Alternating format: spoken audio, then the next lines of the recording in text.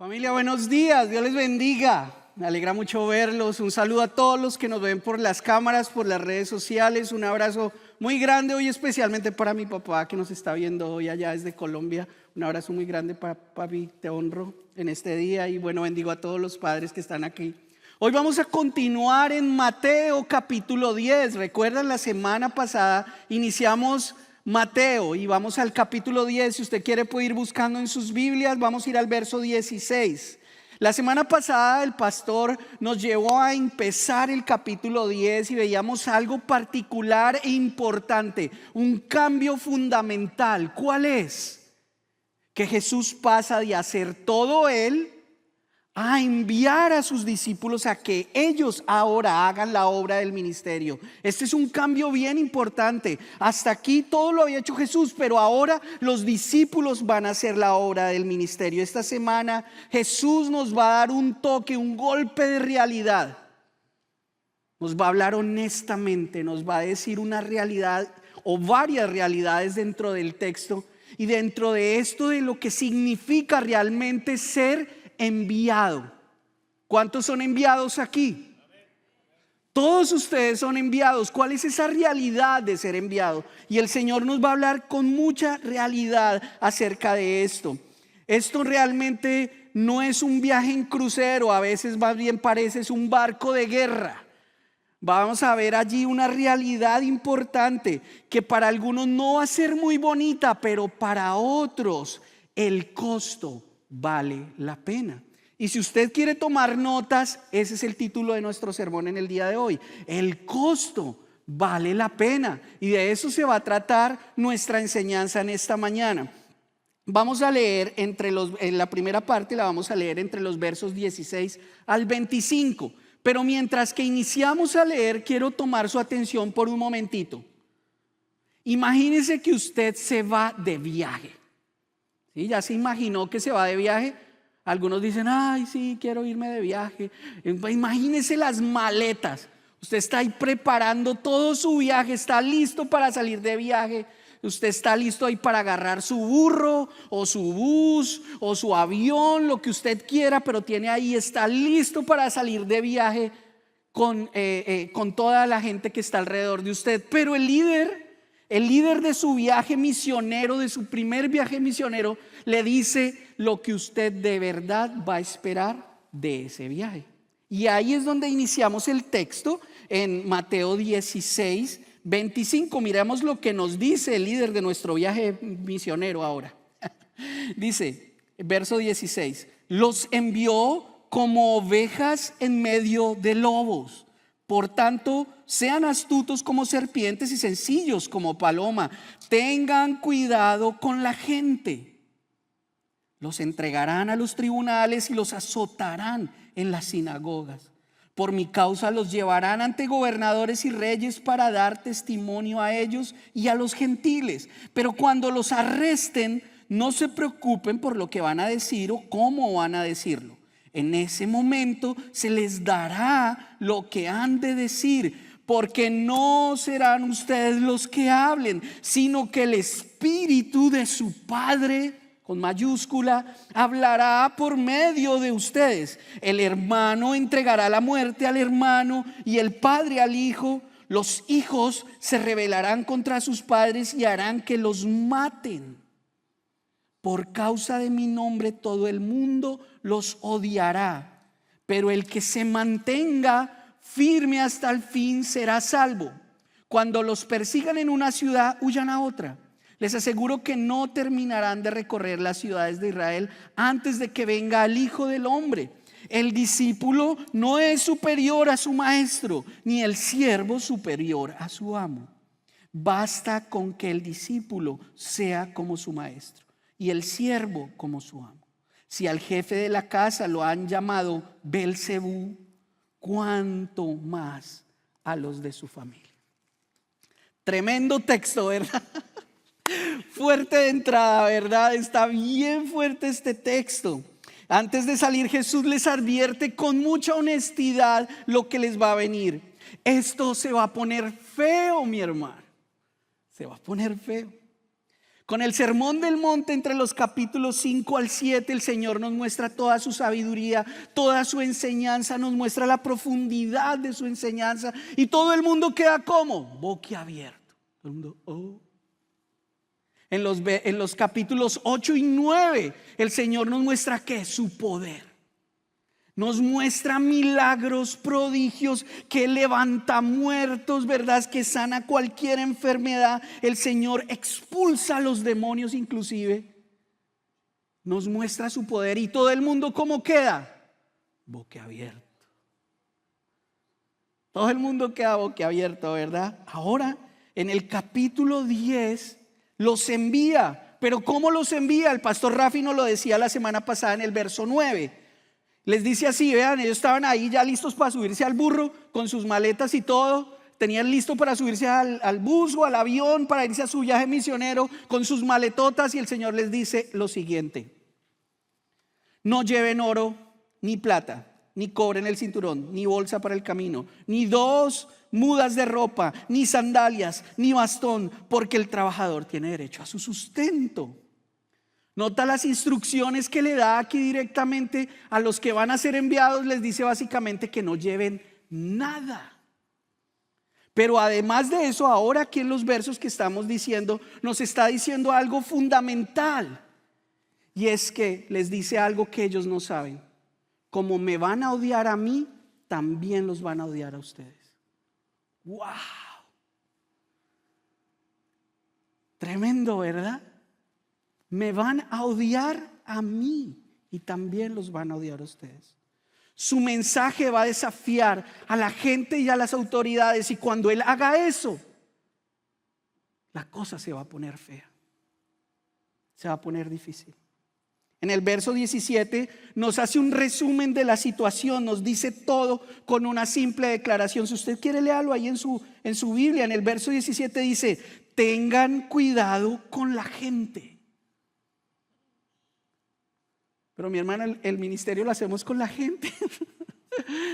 Pero dice: tengan cuidado con la gente. Jesús claramente les dice que se cuiden de los lobos. En el verso 17 dice: cuidado de los líderes religiosos.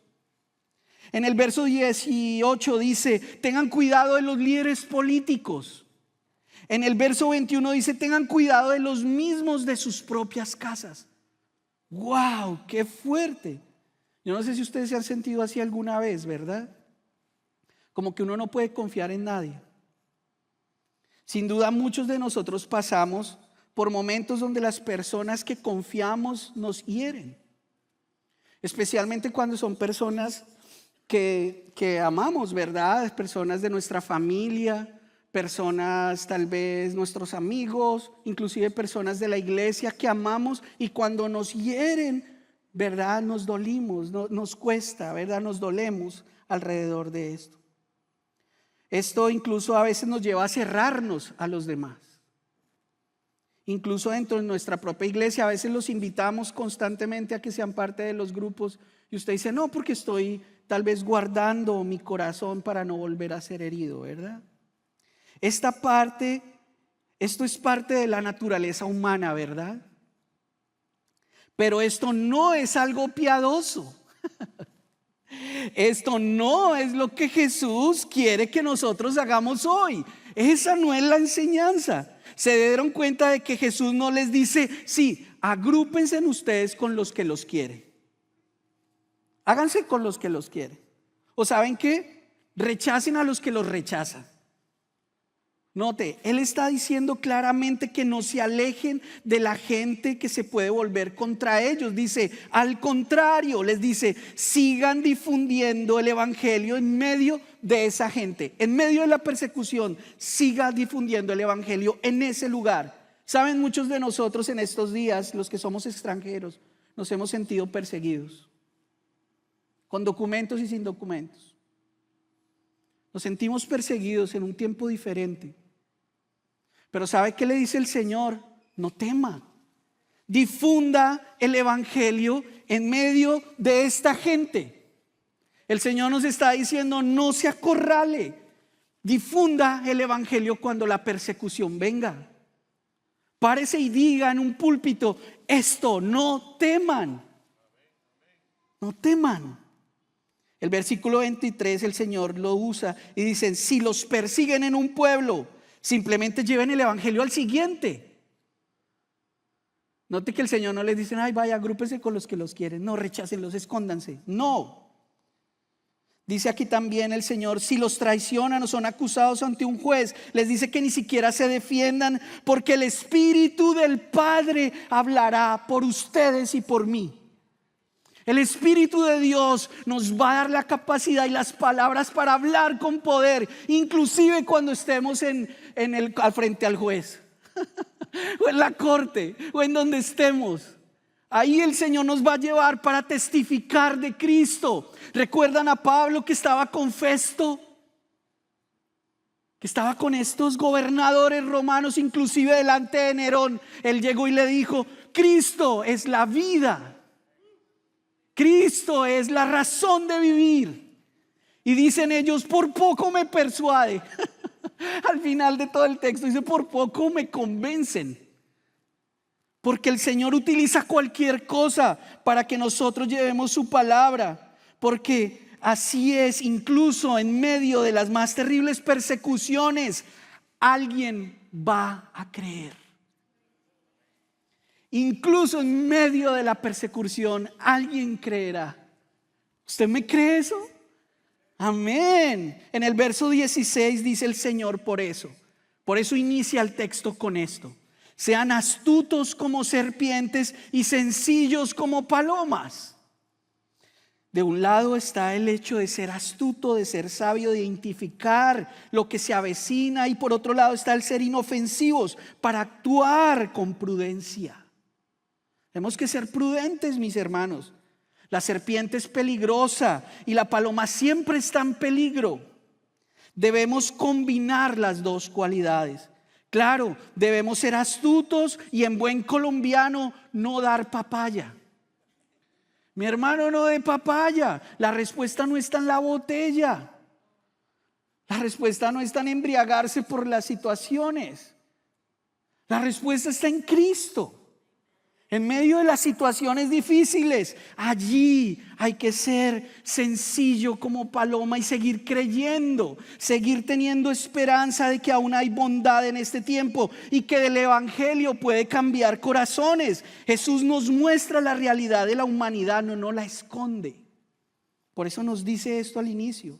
Hay personas quebrantadas, claro, pero todas son redimibles. Todas. El poder del Señor puede cambiar a cualquiera. No todos están de nuestro lado, pero tampoco todos están descartados de la gracia del Señor. Eso es así. En medio de tiempos oscuros como este, cada pecador salvo es un milagro.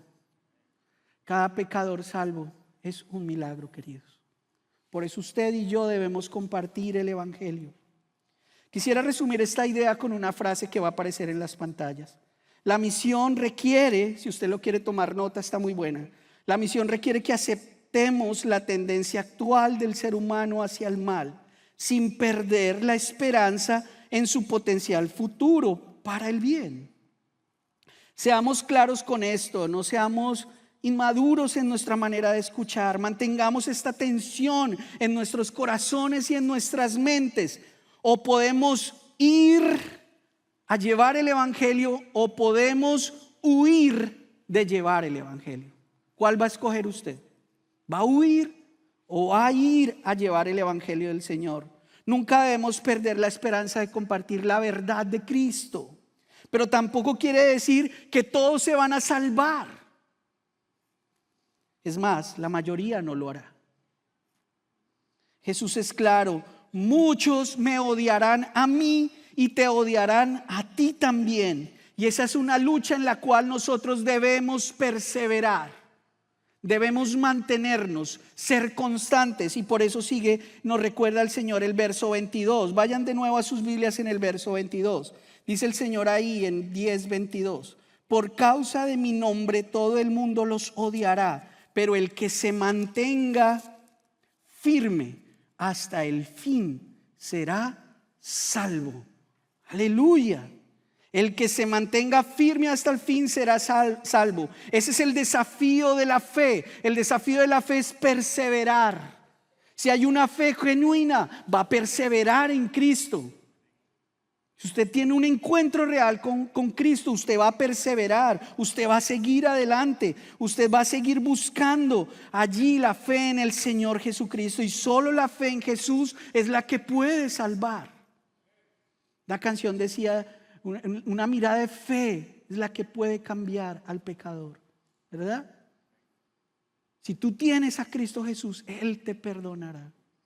Una mirada de fe es la que puede cambiar a nosotros, a los pecadores, ¿verdad? El Señor les recuerda por eso y continúa recordándoles a los discípulos que su confianza debe estar depositada exclusivamente en Él, ni en nadie, ni en nada. Y allí es donde vamos al verso 26 al 31. Leámoslos juntos en el verso 26 al 31. Dice la palabra del Señor: así que no les tengan miedo, porque no hay nada encubierto que no llegue a revelarse, ni nada escondido que no llegue a conocerse. Lo que les digo en la oscuridad, díganlo ustedes a plena luz. Lo que se les susurre al oído, proclámenlo desde las azoteas. No teman a los que matan el cuerpo, pero no pueden matar el alma.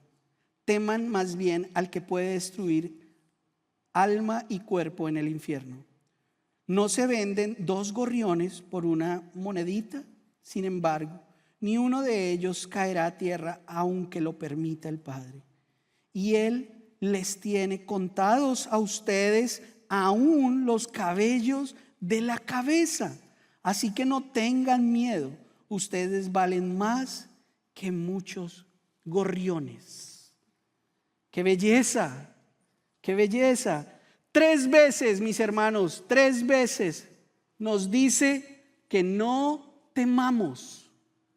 3 veces nos dice, en este tiempo donde hay tanta noticia negativa, el Señor te dice: no temas, no temas. Sí, el mundo es peligroso, sí, los gobernantes se ponen en contra de nosotros, sí, la gente nos defrauda, sí, pueden hacernos daño, eso es cierto, pero dentro de todo eso, Jesús te dice: no temas. ¿A quién le vas a creer? ¿Al Señor o a las noticias? ¿A quién le vas a creer? Tengo que ser sincero, este es un mensaje difícil también para mí, por muchas razones. El verso 28 nos dice: no teman al que mata el cuerpo, pero no pueden matar el alma. Sinceramente creo que también le temo a los que pueden matar el cuerpo. En alguna oportunidad, cuando yo estuve en el Army, en el ejército, tuvimos un enfrentamiento y alguien nos disparó.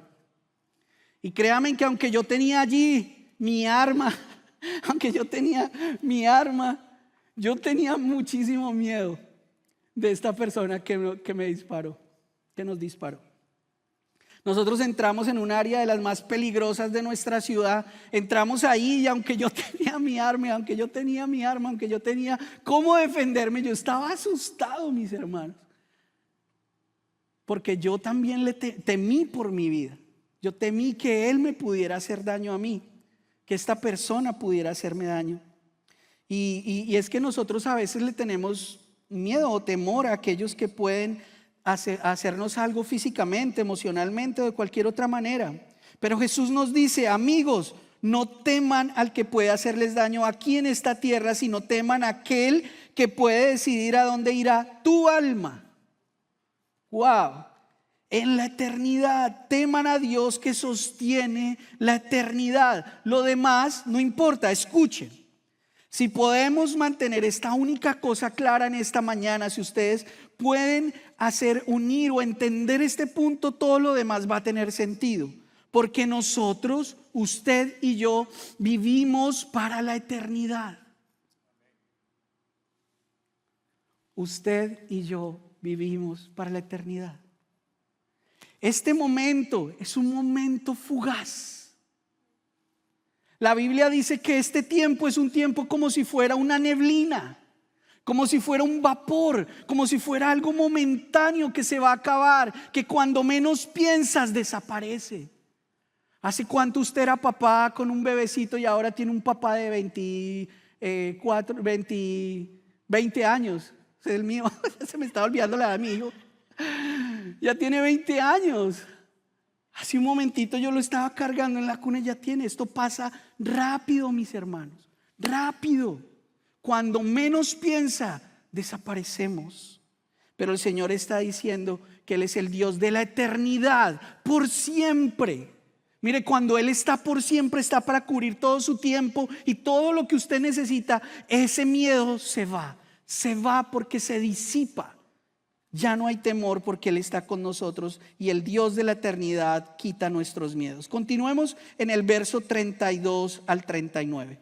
Leamos juntos la palabra del Señor. Dice: a cualquiera que me reconozca delante de los hombres, de los demás, yo también lo reconoceré delante de mi Padre que está en el cielo. Pero a cualquiera que me desconozca delante de los demás, yo también lo desconoceré delante de mi Padre que está en el cielo. No crean que he venido a traer paz a la tierra.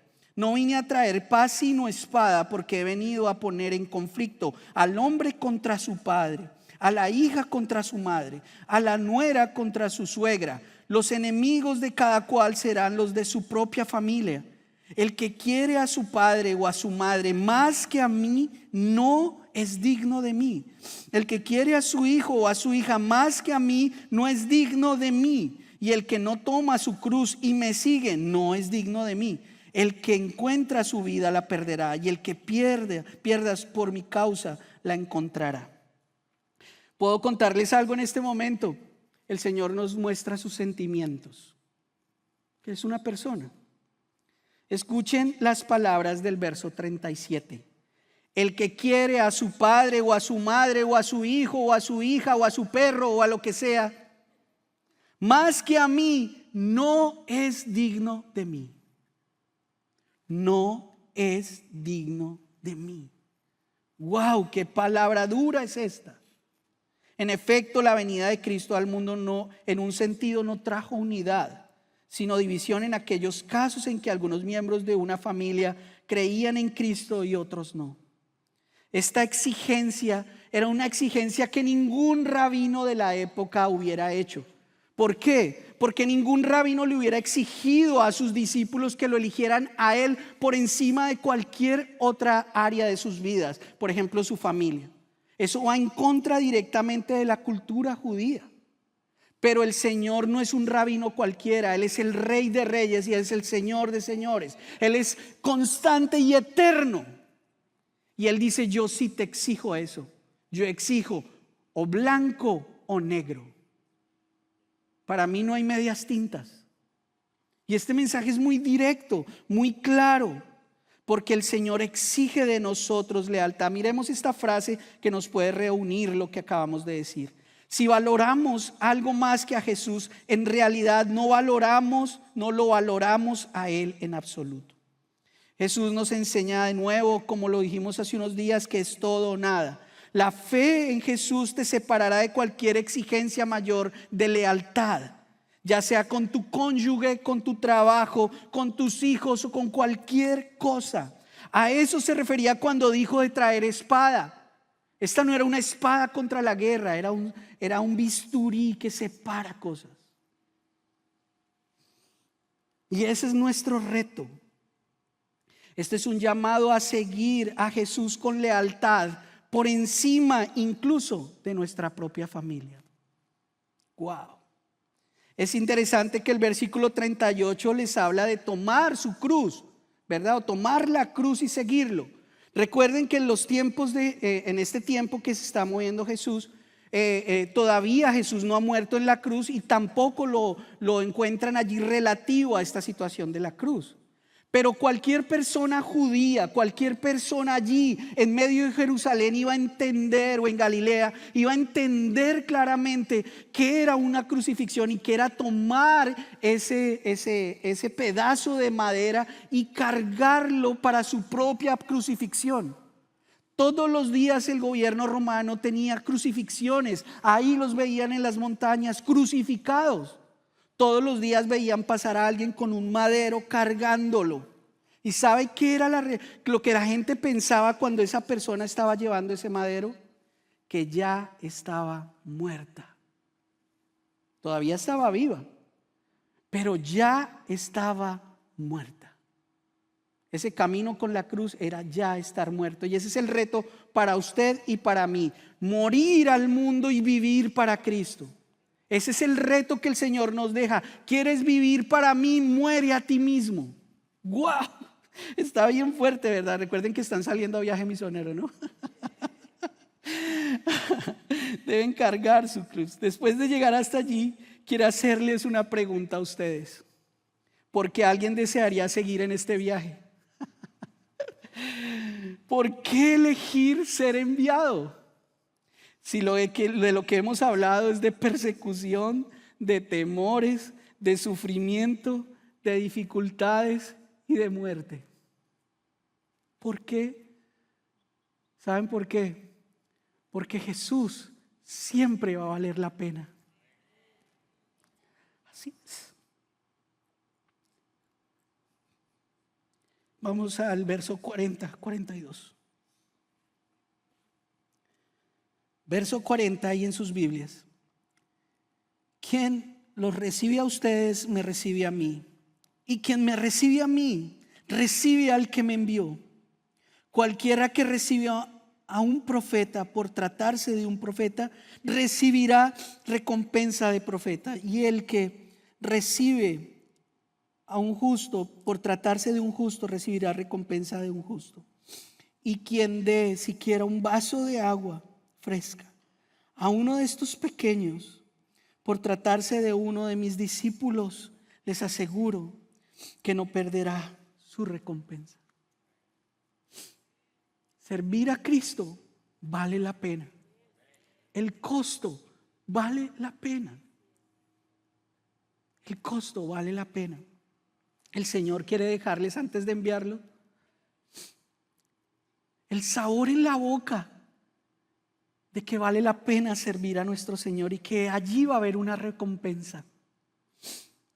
Pero siempre el costo va a valer la pena.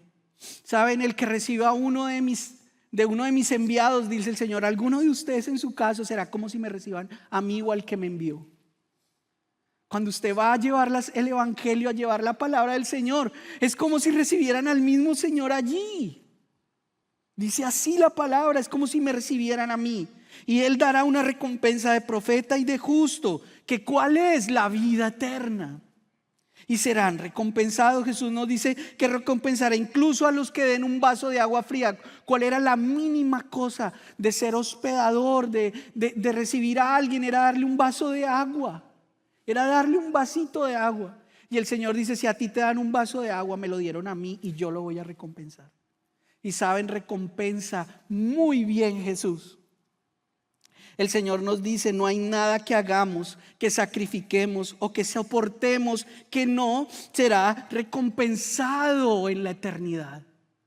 Todo lo va a recompensar el Señor. Miremos Marcos 10, 29 al 30. ¿Qué dice la palabra en Marcos 10, 29 al 30? Dice, les aseguro, respondió Jesús, que todo el que por mi causa y la del evangelio haya dejado casa, hermanos, hermanas, madre, padre, hijos o terrenos, recibirá 100 veces. Voy a volverlo a decir. Padre o hijos o terrenos, recibirá 100 veces más ahora en este tiempo, casas, hermanos, hermanas, madres, hijos y terrenos, aunque con persecuciones, y en la edad venidera la vida eterna. 100 veces nos dará el Señor a los que decidamos confiar en Él. Jesús dice que se requiere sacrificio, pero el costo vale la pena.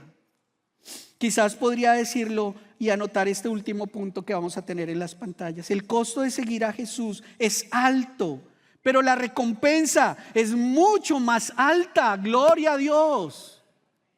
Jesús ya lo ha dicho en el Sermón del Monte. Ancha es la puerta y espacioso el camino que conduce a la destrucción, y muchos entran por ella, pero estrecha es la puerta y angosto el camino que conduce a la vida, y son pocos los que la encuentran. La vida de fe, de ser enviado, es una vida de aventura y de desafío. La pregunta es, ¿aún quiere viajar?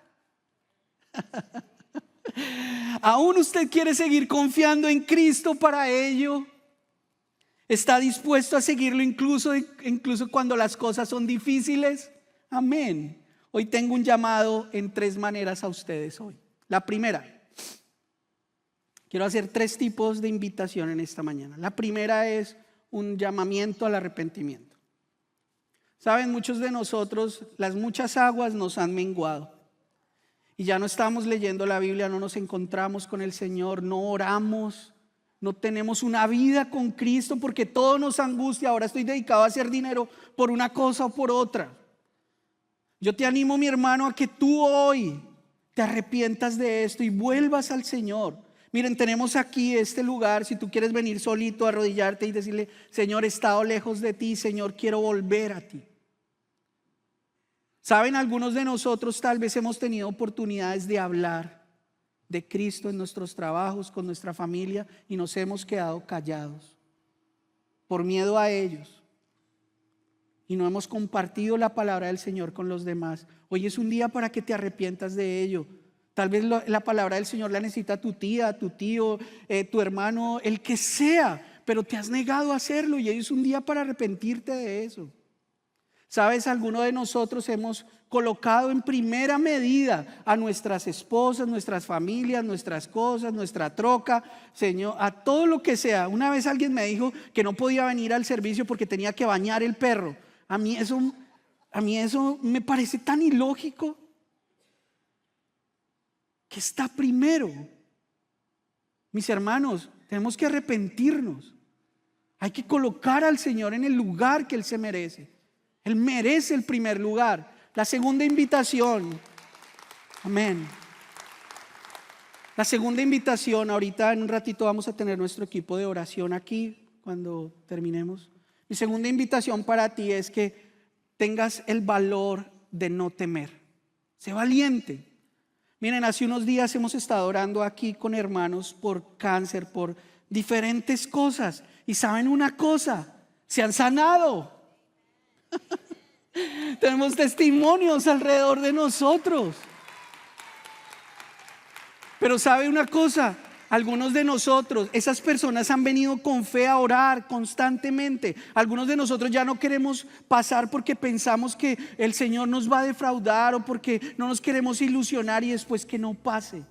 Pero yo te animo a de nuevo volver a pasar y a que sigamos orando juntos para que Dios pueda mostrar su poder en tu vida. Mira, créele al Señor, no temas. Él dice claramente esto, que cuida a los gorriones, los pajaritos. ¿Quién viste a los pajaritos? ¿Quién les da de comer? ¿Quién los cuida? ¿Usted? No. Es nuestro Señor. Si cuida a un pajarito, ¿cómo no lo va a cuidar a usted, mi hermano? Vuelva a la fe. Confíe en que el Señor puede hacerlo hoy. Y mi tercera invitación en esta mañana es que algunos de nosotros no hemos confesado al Señor delante de los hombres y no nos hemos bautizado.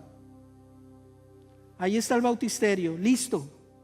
Está el agua, las camisetas, las pantalonetas, lo que usted necesite. No, pastor, pero es que yo estoy esperando a Semana Santa del otro año. No, pastor, es que yo me bautizo es en Christmas, porque a mí en Navidad es que me gusta. Miren, mis hermanos, no dilaten lo que tiene que hacer hoy, o usted tiene comprado este tiempo. Recuerde lo que dice la palabra, la vida es como neblina, cuando menos piensa, desaparece. Yo le animo a que no deje para mañana lo que debe hacer hoy. El bautisterio está listo, los hermanos listos. Voy a pedir a los hermanos que pasen para orar, por favor, nuestro equipo que pase. Miren, hoy es un día para encontrarse con el Señor. Si usted quiere bautizarse en el día de hoy, tenemos todo listo. Solamente hágalo saber a las personas que tenemos en nuestro equipo y ellos nos van a decir a nosotros si podemos hacerlo aquí o en el bautisterio externo. Quisiera terminar con esto. ¿Saben una cosa? El Señor nos dice algo. Y es que si usted lo niega aquí en la tierra, Él lo va a negar allá. Pero si usted lo confiesa aquí, delante de los demás, el Señor lo va a presentar delante del Padre a usted y a mí. Mis hermanos, para los que son nuevos, ¿en dónde está tu fe? Hoy les hacemos una invitación a que ustedes vengan a entregar sus vidas a aquel que lo merece. El Señor vino a la tierra, vivió, murió y resucitó. Y hoy nos está motivando y nos está animando a que le creamos. ¿Es usted valiente en el día de hoy? ¿Usted quiere ser uno de esos enviados? Responda al Señor como el Espíritu Santo le muestre.